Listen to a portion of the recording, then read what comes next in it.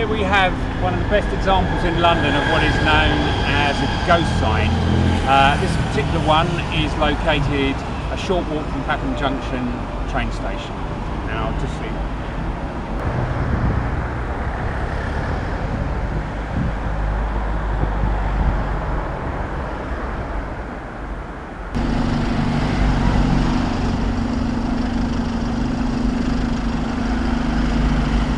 Were you aware of that sign? Oh, I've seen it before. Yeah. Well, you live locally, do you?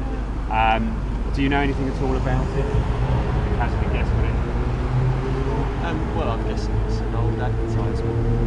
Never got taken down. Okay, that is correct. I think it dates from 1920s or possibly a bit earlier. And I don't know, do you heard of the Rank film organisation, Big Gong? Yeah. It was actually J. Arthur Rank who founded the film company. He worked for a family business which made custard. They were a flour company, and apparently that was one of his campaigns. That's the basic history that we've been able to find out. Now, I wonder if you've got any thoughts. Do you think, compared to modern advertising, it's more interesting? Or? I mean, certainly something like that, you see lots of them around because they're so old, they're more iconic, I guess, because you don't get, it's not the similar kind of thing you get. Are you aware of the existence of any other of these sorts of signs in London or elsewhere? I mean, I've seen a few around, but if you told me exactly where, I can't picture them on top of my head. No. And finally, do you think that these sort of sites should be preserved? Yeah, no, they do. Yeah, definitely. Yeah. The terminology for a sign such as the one there is what they call a ghost sign. Yes. It dates from the past. Often they're very faded. Sometimes they're half covered up. That's actually a very good example. Well, I think that's. I would certainly preserve it and leave it. Certainly that. Sort of.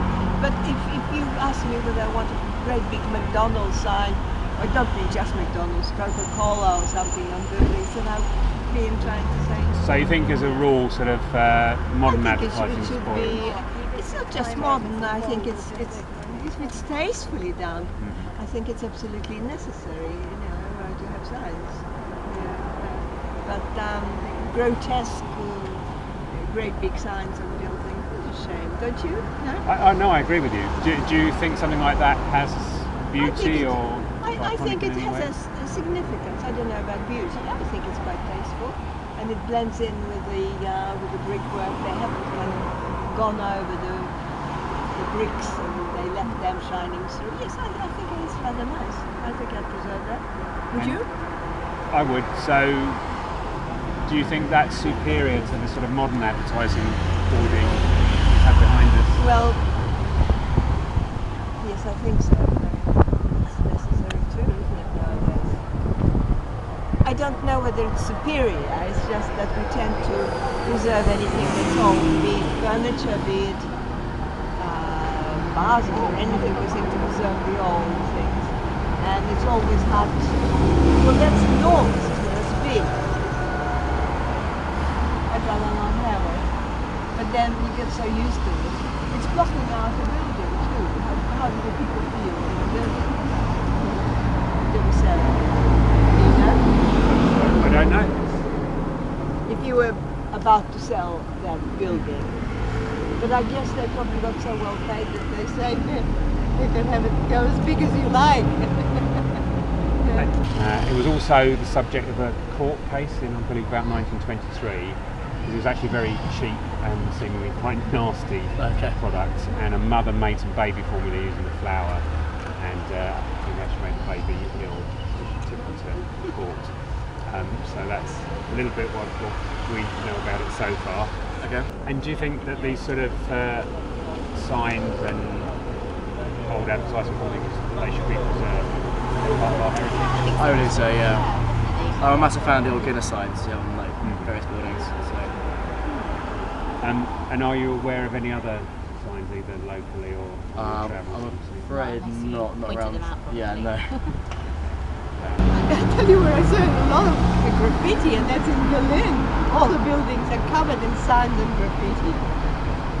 And what they're doing now, they can't stop them. They try to find them, but they can't. So what they do is they get the graffiti, and they get artists to draw, let's say, corn or poppies or sunflowers on the buildings, and you have a choice. Citizens have a choice. What they can choose what they want, how they want their buildings to be covered, and you can't put graffiti on top of it.